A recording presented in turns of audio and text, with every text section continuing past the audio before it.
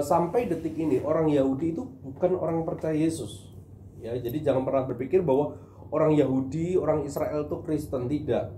Bayangin ya, orang Kristen di Israel itu hanya 2%. Jadi orang Yahudi, ya, orang Israel yang percaya Yesus itu hanya berapa persen? 2% dari keseluruhan orang Israel, ya. Dan orang Yahudi yang percaya sama Yesus maka disebut sebagai Yahudi Mesianik. Nah, jadi orang Yahudi sekarang belum percaya bahwa Mesias itu datang, belum. Ya, jadi nanti ketika Yesus datang kedua kalinya di atas awan-awan, itu bagi mereka kedatangan yang pertama. Bagi mereka Mesias yang dinanti-nantikan itu gagahnya, besarnya, pemerintahannya itu seperti Raja Daud.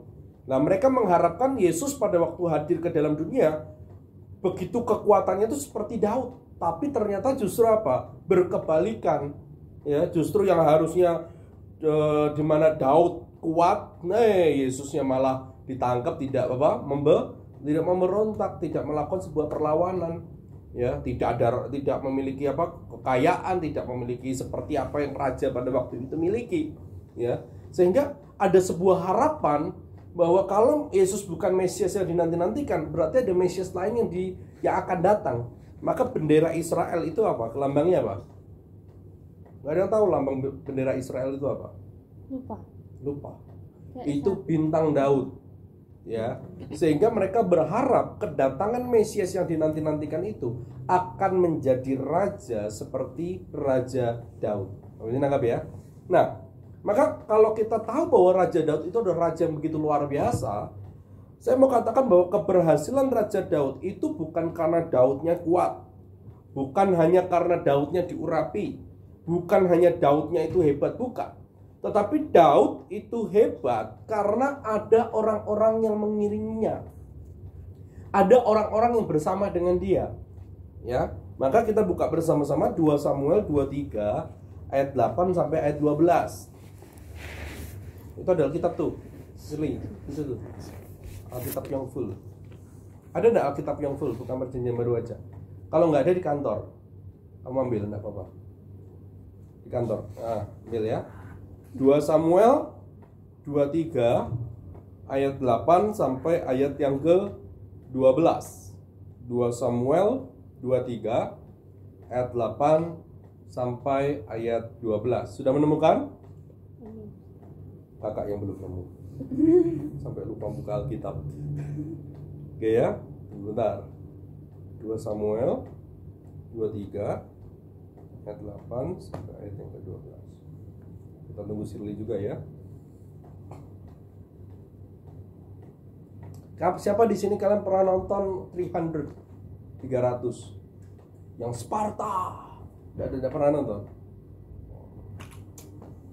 Nah, sekarang nontonnya Dora the Explorer sih. 2 Samuel 23 ayat 8 sampai ayat 12.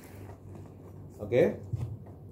Sudah ya? 2 Samuel 23 ayat 8 sampai ayat 12. Saya akan baca dan kalian mengikuti alurnya dan bayangkan di imajinasi kalian. Inilah nama para pahlawan yang mengiringi Daud. Isibaal, orang Hakmoni, kepala Triwira. Ia mengayunkan tombaknya melawan 800 orang yang tertikam mati dalam satu pertempuran. Dan sesudah dia, Eleazar anak Dodo, anak seorang Ahohi. Ia termasuk ketiga pahlawan itu. Ia ada bersama-sama Daud ketika mereka mengolok-olok orang Filistin yang telah berkumpul di sana untuk berperang. Padahal orang-orang Israel telah kabur mengundurkan diri. Tetapi ia bangkit dan membunuh demikian banyak orang Filistin sampai tangannya lesu dan tinggal melekat pada pedangnya. Tuhan memberikan pada hari itu kemenangan yang besar. Rakyat datang kembali mengikuti dia hanya untuk merampas. Ayat 11. Sesudah dia, Sama anak Age, orang Harari. Ketika orang Filistin berkumpul di Lehi, di sana ada sebidang tanah ladang penuh kacang merah. Dan tentara telah melarikan diri dari hadapan orang Filistin. Maka berdirilah ia di tengah-tengah ladang itu. Ia dapat mempertahankannya dan memukul kalah orang Filistin. demikianlah diberikan Tuhan kemenangan yang besar. Ya, jadi ternyata Daud itu memiliki yang namanya 3 triwira, yaitu adalah 3 pahlawan. Ya, kalau tadi kita baca secara sepintas, maka kalau kalian bayangkan ada kesamaan dari 3 pahlawan ini. Apa? Siapa yang tahu? Ada kesamaan dari 3 pahlawan ini. Ayo. Dari 3 cerita ini ada kesamaannya. Apa? Ada yang tahu? 1, 2, 3, 4, 5, 6. Ada? Ya udah kelamaan. Jawabannya adalah mereka berperang sendiri. Ya, coba kita lihat di situ ya. Pada waktu semua sudah mundur, mereka masih apa? Masih ada di depan. Ya. Jadi kesamaan 3 pahlawan ini adalah mereka memiliki kekuatan yang besar hingga apa? Mereka berperang sendiri meskipun tentara yang lain sudah apa? Sudah lari, sudah kabur ke belakang. Dan mereka bisa mengalahkan begitu banyak tentara-tentara Filistin dengan kekuatan mereka sendiri. Dan kita akan belajar keberanian seperti apa sih yang dimiliki oleh 3 triwira ini. Yang pertama adalah keberanian untuk melawan. Katakan melawan. Ya, sebelum kita masuk lebih dalam, kita akan belajar dari 1 orang dulu, yaitu ketuanya di ayat yang ke-8. Boleh salah satu orang baca ayat yang ke-8? Silly boleh baca ayat 8?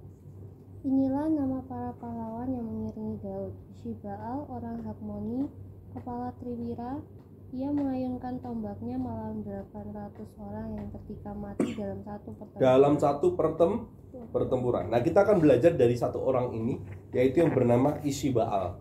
Nah, kemarin kakak baca-baca, ternyata di dalam bahasa Inggris kok tidak kakak temui nama Ishibaal. Ya, kakak kan biasanya, Ishibaal pasti ada artinya nih. Ya, ketika dari terjemahan lain, kok nggak ada nama Ishibaal? Justru Ishibaal ternyata namanya yaitu adalah Joseph Basebet. Ya, namanya siapa?